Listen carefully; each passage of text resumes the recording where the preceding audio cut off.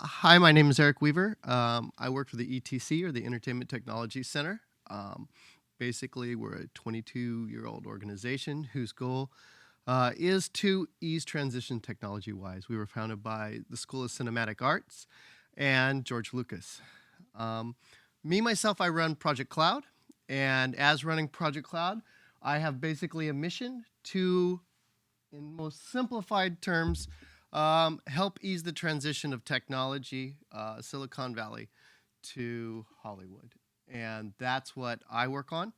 How we're working, basically, what we see coming up right now is the transitions. What we've been facing is the transition from film to tape to file, and now to what a lot of people like to refer to as network based production or anything along the life cycle in that, aka cloud.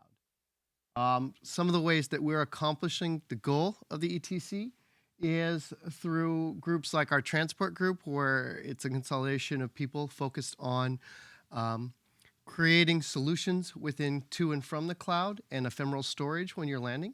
Um, it's creating the next generation of security documents, helping hand that off to the MPAA, which should be out shortly, and also creating a framework, basically how all the pieces interoperate together. And Josh Colden, the key architect, will be speaking about that tomorrow. Um, the other two pieces are Luna, which is actually a short film sponsored by Universal right now, and it's to look at where the failures are in cloud-based workflows, and which will Guillaume will be talking about that later today. And finally, putting up events like this and getting the message out about cloud and how valuable it is. So I don't really want to go into something like what actually defines cloud. I think that if anybody's interested or anyone's watching these videos, you can simply go to NIST to understand that. I will not step into it. But I think that on the most rudimentary level, we expect to see things like private, public, and hybrid. And I think there's a lot of confusion in some of this because you could be working in your own private facilities, say on Disney, Universal, or whatnot, and you can have private connections to private resources that public vendors might have. You could potentially be doing bare metal on rack space or doing something else where you have a segregated cloud that is in form kind of a private resource. So there's a lot more than simply assuming that it's private or public.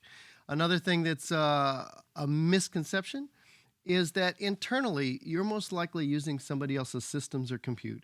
So you're using an internal cloud most of the time that you might not have domain or dominion over in some way and control. And that's something else to realize, that why it is valuable to understand some of these structures. Just like in regular clouds, there are lots of different types of clouds. And people get very confused with this. They assume that there's one type of cloud. And there isn't. There's clouds for very specific needs in the business process at different times. And you got to kind of understand that when you're looking for solutions. One solution at one vendor may work wonderfully with a particular problem, and it will work terribly with another problem. And you'll see Mark over there talk a little bit about that. Obviously, you're going to have your key ones. I won't go into any of this today.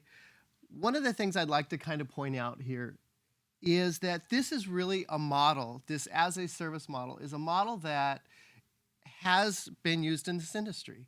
We decide, the Disneys decide what they really want to do, what they really don't want to do.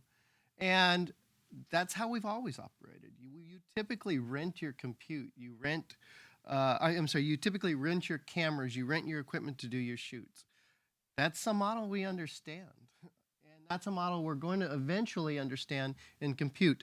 Now, I'm not going to go over this, but I do have Albert Barron talking at NAB this year, so he's going to kind of define that. Kind of an interesting simplification of how everything goes there. I really don't have much more to talk about today. I'll continue kind of this installment tomorrow, and I'll talk about basically 4 principles you really need to understand. So without further ado, I'm going to hand it over to Denise from Miramax. And